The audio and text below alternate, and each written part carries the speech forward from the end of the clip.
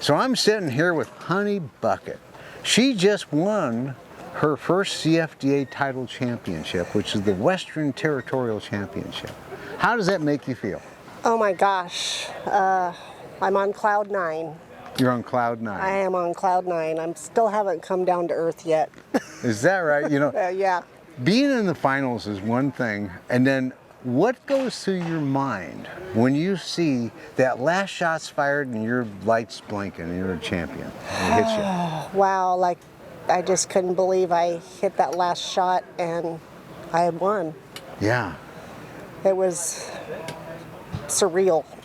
It is. Yes, And it's an experience that you're going to now, you're going to chase that for the rest of your life, to duplicate that again, aren't you? Yes, I would play it over again. You would. Now, you were shooting against a faster shooter, weren't you? Yes, I was. And it was really hot. We were all sweaty. Yes. We were probably all a little dehydrated. Yes. And thank God Huckleberry Honey missed. Well, hey, that's part of the game because these targets, folks, are so hard to hit. If you're off a degree, you miss it. So, I mean, it's just, to end up winning the match, you need to have a hot hand and a cool head. Yes. And keep it together. All day long yesterday, I had a cool head. Yeah. I don't know what came over me, but I was cool all day. You were in the zone. I was in the zone. You're in the zone. I got into the zone. And you'll shoot your best times, too, when you're in the zone. Yes. It's like slow motion, everything you're going through. Yes. Just focus on that target, get your belt where you need it, and get in the zone. Right. And those times, even though we chase them, we try to keep doing that over and over and over, it's hard to get number one into the Mag 7. Yes. That's the first challenge, It's right? a lot of work. It's a lot of work. Yeah, you got to weave your way through all the competitors to get there. It's a strategy. It is. It takes the ladies about a good 10 rounds to get to the Mag 7 usually. Yes. 10, 11, right in there it happens. And of course the luck of the draw too. You can't put the luck of the draw behind you because it can ruin you sometimes. Well, and you know, the luck of the draw, just for the folks out there watching, is in the what we call the preliminary rounds in the match. It's all done by the computer by a randomizer. You can draw anybody. And it's just, in the men's division and the ladies division can draw ladies and all that kind of stuff. So anybody you can draw, the slowest or the fastest shooter there in every round. And sometimes you can draw a fast shooter 3 times in a row. Yes. And tell yourself that this is the end. Well, sometimes it's not. No, hitting matters. Hitting matters. You can't win no matter how fast you are unless you're hitting the target. That is correct. And so to weave through those people, just in hopes.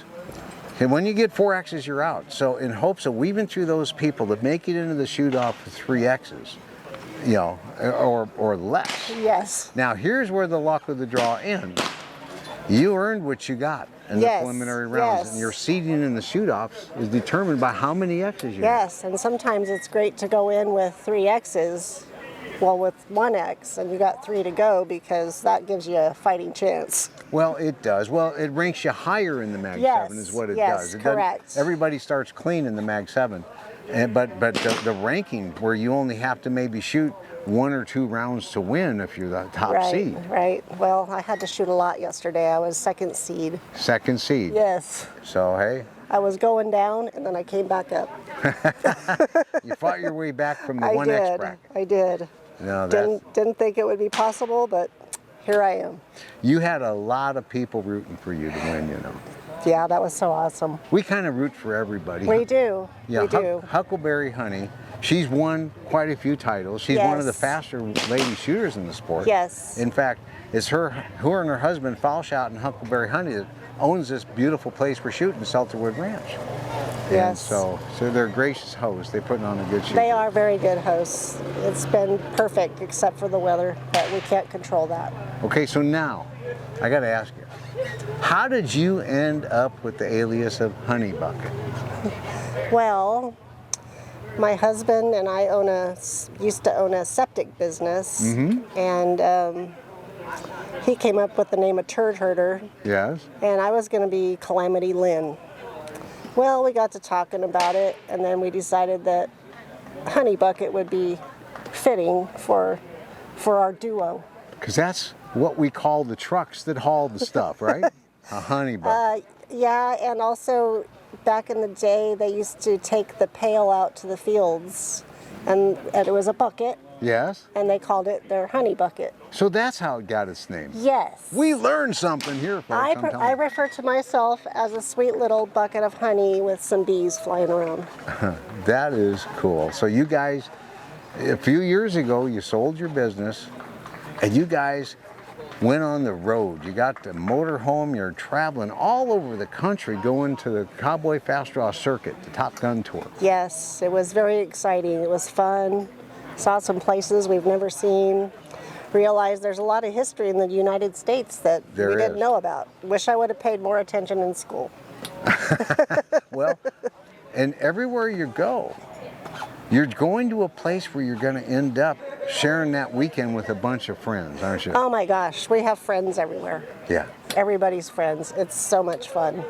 Man. If you have a problem, there's always somebody there to help you out. Vice versa. That's cool. So anyway, hey, anything else you'd like to add? No, You covered it. I've covered it. Well, I tell you what, good luck. Tomorrow starts the national championship. Man, wouldn't you like to pull a double? Oh, that would be great. Wouldn't it now? Yes. Thank you. Thank you.